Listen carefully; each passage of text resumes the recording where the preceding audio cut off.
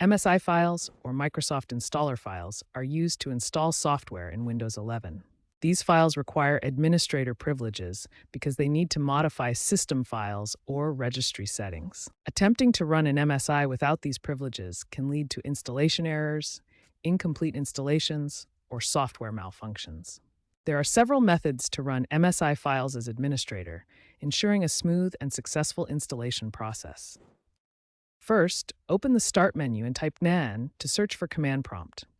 Right-click on Command Prompt and select Run as Administrator. This ensures elevated privileges. In the Command Prompt window, use the CD command to navigate to the directory where your MSI file is located.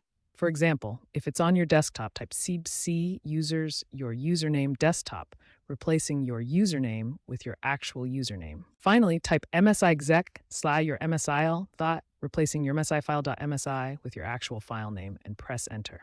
This runs the MSI with administrator privileges. Follow the on-screen prompts to complete the installation.